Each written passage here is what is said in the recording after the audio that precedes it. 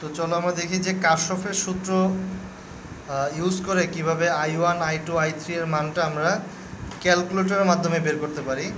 তো তার জন্য আমরা এখানে ক্যাসিও 991EX মডেলের ক্যালকুলেটরটা আমরা নিয়েছি। এই মডেলের ক্যালকুলেটরে কিভাবে করব, প্রথমে মোডে যাব, মোডে গিয়ে আমাকে খুঁজে বের করতে হবে যে ইকুয়েশন নামে কোনো অপশন আছে কিনা। এখানে আমি দেখতে পাচ্ছি যে এই অপশনটা হলো ইকুয়েশন নামে একটা অপশন।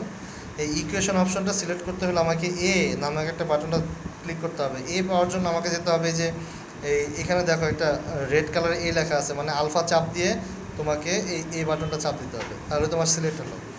এখন যেহেতু আমরা কারশফের সূত্রে I1 I2 I3 মানটা বের করতেছি, কারশফের সূত্রের ক্ষেত্রে আমাদের ইকুয়েশনটা হলো, কারশফের সূত্রের ক্ষেত্রে আমাদের এরকম একটা ইকুয়েশন আসে। ধরো এই যে I1 I2 I3, তারপর হলো 7I1 I2, এরকম একটা ইকুয়েশন আসে যেখানে আমার আননোন হিসেবে হলো I1 I2 I3, এই তিনটা আমার আননোন থাকে এবং এটাকে আমরা simultaneous ইকুয়েশন হিসেবে এটাকে ট্রিট করে থাকি। বাট এখানে তোমার যে ক্যালকুলেটরের যে অপশন আছে, সেই অপশনটাতে তুমি দেখবা যে simultaneous ইকুয়েশন আছে, একটা পলিনোমিয়াল আছে। পলিনোমিয়াল হলো বহুপদী। বহুপদী অংশটা হলো যদি এক্সের পাওয়ার স্কোয়ার বা এক্সের পাওয়ার কিউব থাকতো তাহলে ওই টাইপের ইকুয়েশন সলভ করতাম। তো যেহেতু আমার এখানে I1 I2 I3 এখানে তিনটার কোথাও এক্স স্কোয়ার বা এক্স কিউব এগুলো নাই, তো যার কারণে আমরা এটাকে simultaneous ইকুয়েশন হিসেবে সিলেক্ট করব, নাম্বার হলো 1। এখন তোমাকে দেখতে হবে যে এখানে আননোন আছে 2 থেকে 4-এর মধ্যে তুমি আননোনকে ফাইন্ড আউট করতে পারবা। এখন 2 থেকে 4-এর মধ্যে আননোনকে ফাইন্ড আউট করতে গেলে তোমার এখানে যেহেতু তিনটা আননোন, তাই আমি এখানে 3কে সিলেক্ট করে নিচ্ছি। এখন এখানে দেখো, এখানে এক্স ওয়াই এবং জেড এই তিনটা অংশ তোমাকে এখানে দেওয়া আছে, প্রত্যেকটা সহগ আমরা এখানে বসাবো, সাথে সমান সমান দিয়ে যে ধ্রুবকটা থাকে সমীকরণে সেই ধ্রুবকের মানটা আমরা এখানে বসাবো। তো বসানোর জন্য আমরা প্রথমে দেখি আমাদের কাছে কী কী ডাটা আছে। তো ডাটাগুলো নিয়ে আমরা একটু কাজ করার চেষ্টা করি। সেটা হলো যে আমরা প্রথম সমীকরণে দেখতে পাচ্ছি যে I1-এর এখানে আমরা এক্স বলতে I1, ওয়াই বলতে I2 এবং জেড বলতে I3 এবং ধ্রুবকের মানটা আমরা এখানে ডি হিসেবে ইউজ করব। I1-এর সহগ হলো 1, তাই আমরা এখানে এক্সের যে সহগটা থাকবে সেই সহগটা আমরা 1 ধরে নেব। তাহলে আমরা লিখি 1 লিখে ইকুয়াল সাইন। এবার হলো যে আমাদের I2 এর সহগ হলো -1, তাহলে এখানে -1 লিখতে হবে, লিখে ইকুয়াল সাইন। তারপর হলো -1, এটা হলো ইকুয়াল সাইন দিতে হবে। তারপরে হলো আমার ধ্রুবকের মানটা 0 হচ্ছে, তাহলে আমি এখানে 0 বসাবো। 0 বসে পরের লাইনে ইকুয়েশনে চলে যাবো। পরের ইকুয়েশনটাতে I1-এর সহগ হলো 7, তাহলে আমাকে এখানে 7 ইউজ করতে হবে, 7 দিলাম।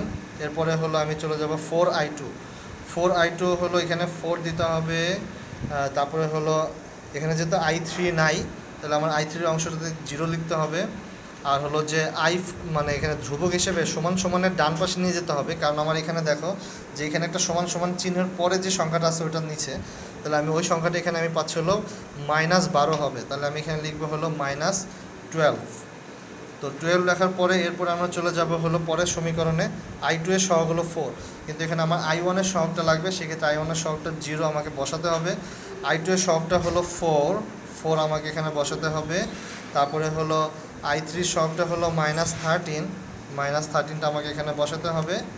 এরপরে আমার থাকে হলো যে ধ্রুবকের মানটা এখানে -1 আছে, এটাকে বসে নিলে হবে +1, তাহলে আমি এখানে +1টা ইউজ করব। তো এটা ইকুয়াল চিহ্ন দেওয়ার পরে একবার ইকুয়াল দিলে আমি এক্সের মানটা পাচ্ছি। এখন এক্সের মানটাকে তুমি চাইলে দশমিকে নেওয়ার জন্য এই এসডি ফাংশনটা নিতে পারো, মানে হলো ডেসিমাল ফাংশনে কত আসে, ডেসিমাল ফাংশন আসে -1.216, তো আমার 1.216 অ্যাম্পিয়ার আসছে। তারপর I2 বের করার জন্য আবার তুমি ইকুয়াল সাইনের চাপ দিবা, তাহলে তুমি এখান থেকে এটাকে ডেসিমালে নিলে -0.871 অ্যাম্পিয়ার।